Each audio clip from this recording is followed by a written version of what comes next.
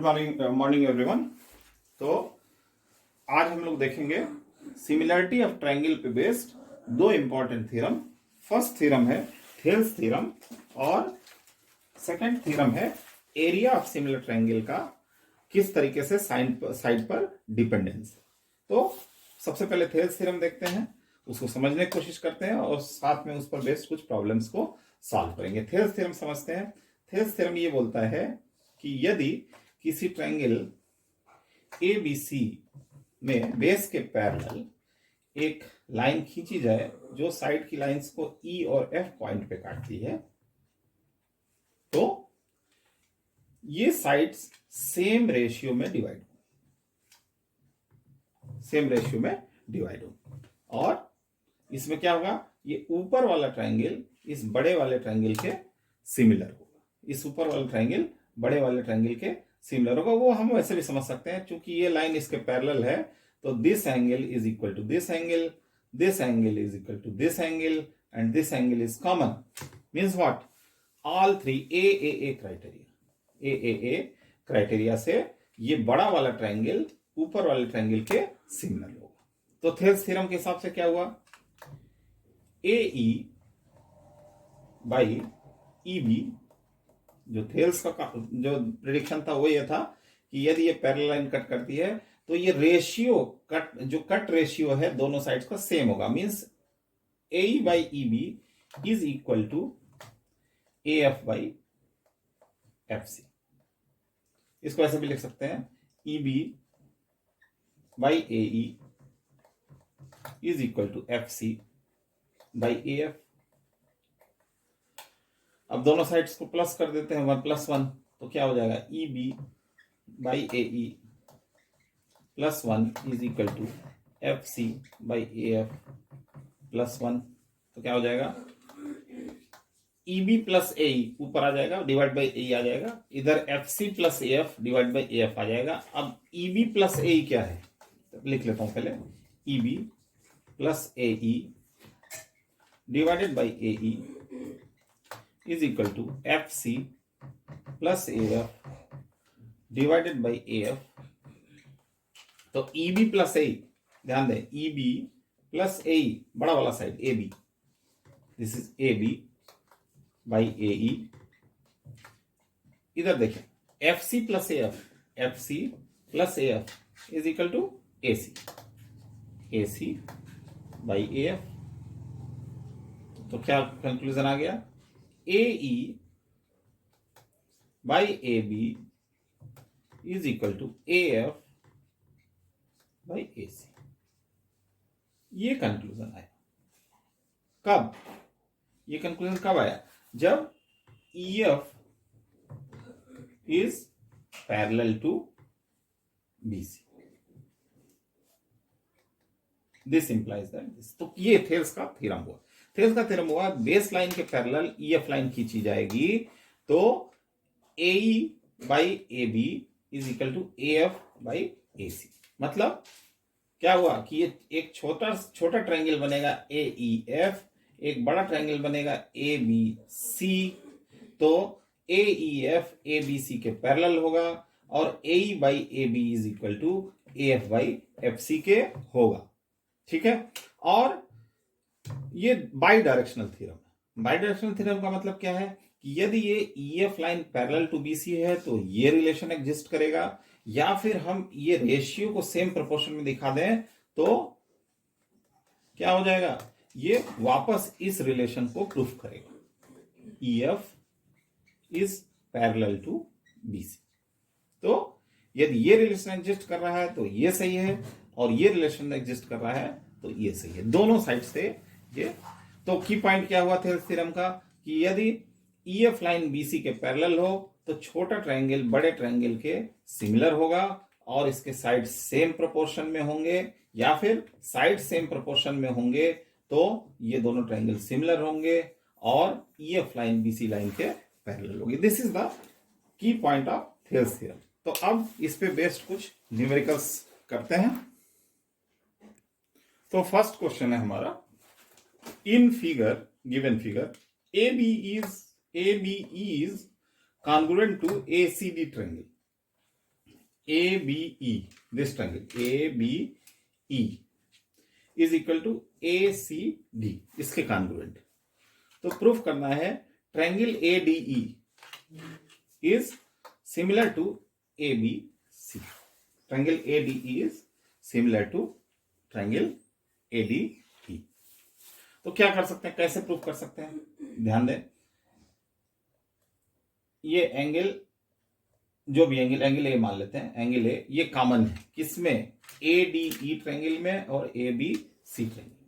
अब यदि मैं AD by AB is equal to AE by AC proof कर दूं तो क्या क्राइटेरिया मीट कर जाएगा, मेरा SAS क्राइटेरिया मेरा मीट कर जाएगा। और जैसे ही SAS क्राइटेरिया मीट कर जाएगा हम बोल सकते हैं कि दोनों ट्रायंगल सिमिलर है। लेकिन इसके लिए हमको सबसे पहले ये रेशियो इसको प्रूफ करना पड़ेगा। कौन सा रेशियो प्रूफ करना पड़ेगा, जस्ट अ मिनट।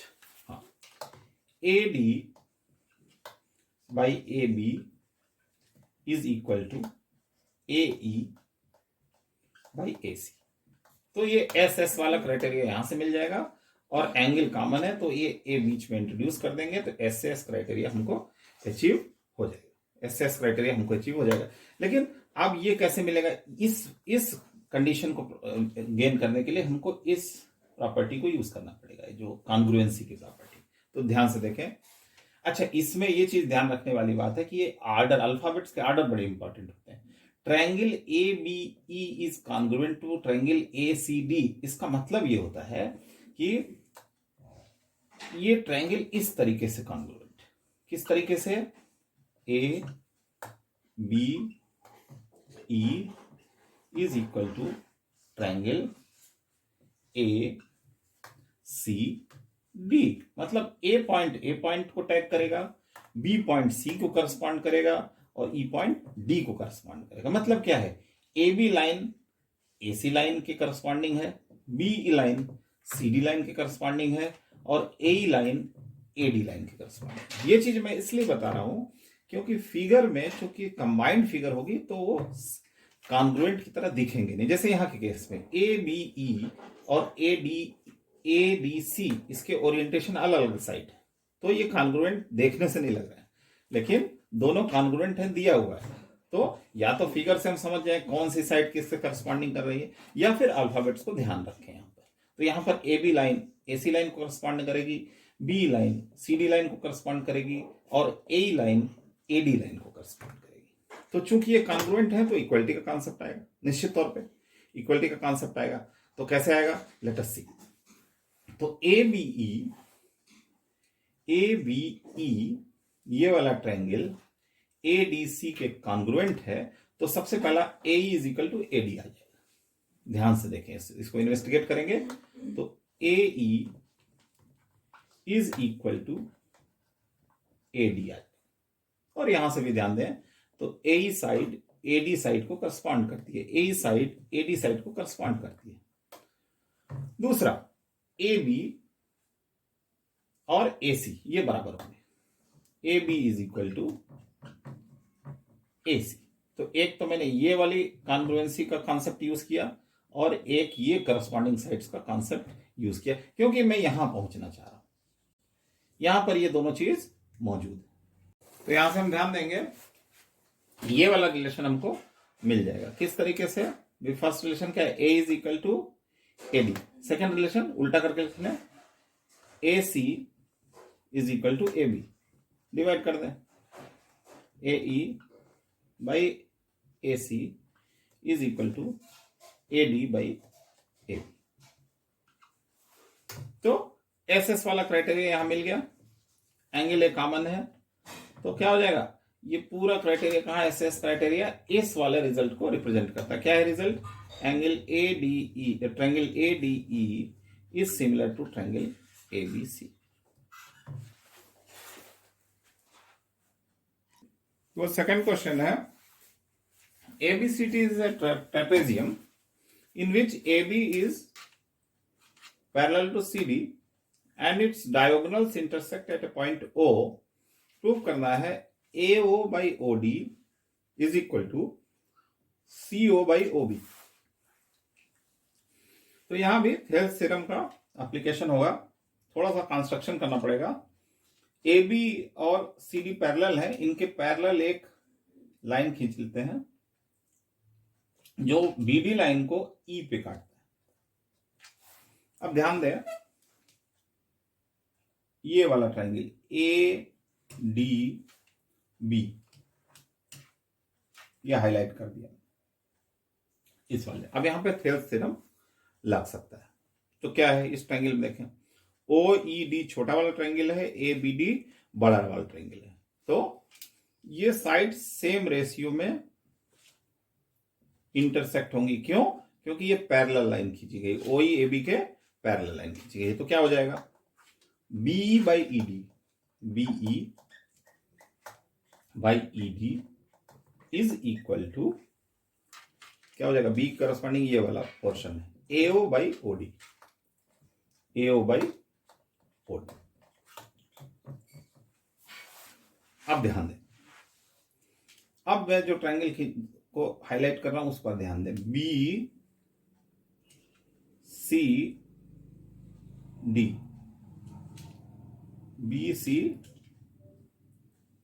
डी, यहां पर भी ये ओई लाइन इस सी डी लाइन के पैरेलल है, ओई लाइन इस सी डी लाइन के पैरेलल है। तो क्या होगा, ये जो पोर्शन होगा डिवीजन का और ये पोर्शन जो डिवीजन होगा सेम रेशियो में होंगे। क्या मतलब हुआ, अगेन मैं लिख रहा हूं, B E by E D is equal to B के corresponding B O by O C. तो B E by E D is equal to BO by O C, equation number 2। तो फर्स्ट वाला कहां से आया, फर्स्ट वाला आया, यदि मैं इसकी बात करूं तो ये किन दो ट्रायंगल से आया, A B D, A B D में, ए बी डी में ओई लाइन पैरेलल है ए बी लाइन के, इस कंडीशन से निकालना। सेकंड वाले में देखेंगे तो बी सी डी में, बी सी डी में ओई लाइन है parallel to C D line, O E is parallel to C, इस कंडीशन से। अब ये वाला तो कॉमन है, तो ये वाली चीज बराबर हो जाएगी, AO by O D is equal to BO by O C, BO by O C. तो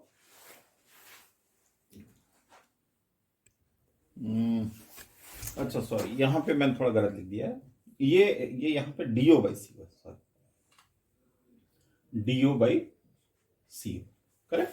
तो अब यहां से देख सकते हैं, तो AO by BO is equal to DO by C, ये हमको रिजल्ट यहां से अचीव हो जाएगा। तो दूसरा थ्योरम जो है हमारा वो area theorem of similar triangle, similar triangle के एरिया से रिलेटेड है।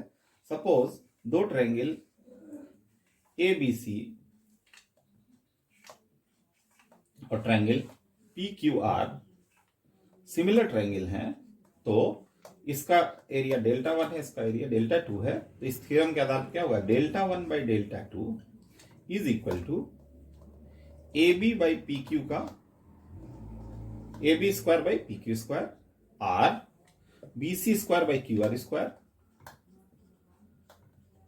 Are A C square by P R square.